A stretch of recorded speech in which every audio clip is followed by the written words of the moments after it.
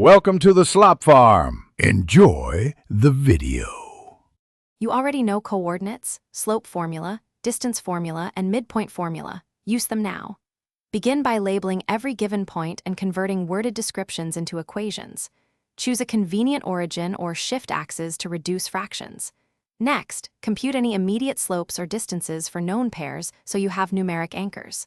Once done, write the algebraic target clearly, for example. Find line equation, intersection point, or circle center and radius, and collect the minimal set of unknowns to solve for.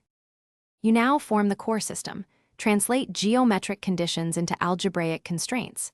If a line is perpendicular, set m1 equals 1/m2. If parallel, set equal slopes. Substitute known slopes or distances to reduce variables.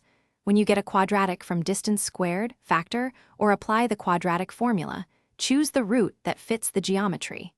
Make sure to simplify terms before solving to avoid arithmetic mistakes. As you solve, sketch a quick diagram and mark computed values, so each algebraic step you finish by substituting results into the original statements to confirm they satisfy all constraints.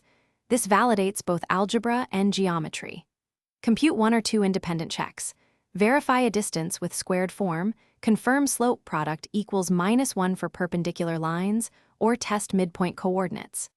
If something fails, inspect arithmetic, revisit any axis shift, and check for lost solutions from squaring. Troubleshooting tip. If answers conflict, isolate the simplest equation and resolve it step by step to find the error. Thanks for watching. Consider subscribing if we helped you today.